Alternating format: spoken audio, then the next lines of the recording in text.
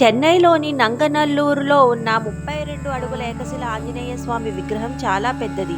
నంగనల్లూరు వాసులైన శ్రీ రమణి అన్న ఈ దేవాలయం కట్టాలని సంకల్పించారు. కంచి మఠానికి వెళ్లి పరమాచార్య స్వామి వారి అనుమతి, ఆశీస్సులు పొందారు. చాలా ప్రయాసలు కోర్చి ఒక పెద్ద ఏకశిలను వెతికి పట్టుకొని శిల్పి తన పనిని మొదలుపెట్టాడు. పని పూర్తయిన తర్వాత ఒక రోజు ఉదయం వేళ ఆ బృహత్ ఆంజనేయ విగ్రహాన్ని నంగనల్లూరుకి తెచ్చి దేవాలయం వద్ద ఉంచారు. ప్రతిష్టాపూర్వక అధివాసాలను సిద్ధం చేశారు.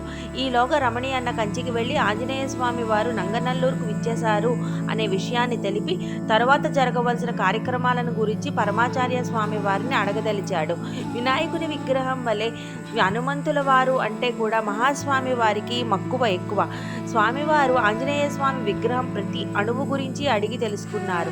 స్వామివారికి సంతృప్తి కలిగే విధంగా రమణి అన్న కూడా అన్నిటికీ సంపూర్ణ సమాచారం ఇచ్చారు. చివరగా ఆంజనేయ స్వామి వారి తోక గురించి అడిగారు. స్వామివారి వాలము గుండ్రని ఆకృతితో తలపై నుండి పక్కకు ఉంటుంది పెరియవా అని స్వామివారి ప్రశంసల కోసం చూశాడు. స్వామివారు కాసేపు మౌనంగా ఉండిపోయారు. రమణి అన్న కాస్త దిగులు పడ్డాడు. చివరకు స్వామివారు ఆంజనేయ స్వామి మూర్తి ఎదురుగా శ్రీరాముల వారిని కూడా ప్రతిష్ఠ చేయదలుచుకున్నామని చెప్పావు. కానీ రాముల వారి ముందు హనుమంతుడు ఎప్పుడూ అలా తోక ఎత్తుకొని నిలబడి ఉండడు అని చెప్పారు. రమణి అన్న ఆందోళన ఎక్కువ కాసాగింది. పెరియవా, ఇప్పుడు నేను ఏమి చేయాలి? విగ్రహం మొత్తం తయారయ్యింది. అధివాసాలు కూడా మొదలుపెట్టాము. ప్రతిష్టాపన తేదీ, ముహూర్తం కూడా నిర్ణయమైంది. ఇప్పుడు ఆ తోకను మారిస్తే అధివాసాలు, కుంభాభిషేకం మరలా చేయాలి. మరి నిర్ణయించిన ముహూర్తానికి ప్రతిష్ఠ కూడా చేయడం జరగదు. మీరే నాకు ఒక దారి చూపించాలి అని వేడుకున్నాడు.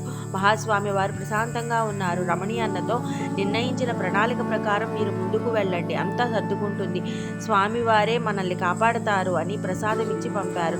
రమణి అన్న నంగనల్లూరుకు తిరిగి వచ్చారు. ఆలోచనలన్నీ తోక చుట్టూనే తిరుగుతున్నాయి. అధివాసాలు ముగిసిన తర్వాత హోమములు, క్రతువులు పూర్తి చేసి ముహూర్త సమయానికి పీఠంపై స్వామి విగ్రహాన్ని నిలబెట్టడానికి ఒక పెద్ద క్రేను తీసుకొని వచ్చారు.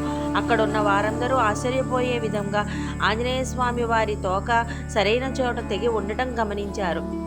ఎటువంటి మచ్చ లేకుండా ఎవరో శిల్పి చేసినట్టుగా అగుపిస్తోంది. రమణి అన్న మరియు ఇతర సంఘ సభ్యుల ఆనందం వర్ణించడానికి కుదురుతుందా? కళ్ళ నీరు వర్షిస్తుండగా అందరూ చేతులు పైకెత్తి కంచివైపు తిరిగి నమస్కారం చేశారు.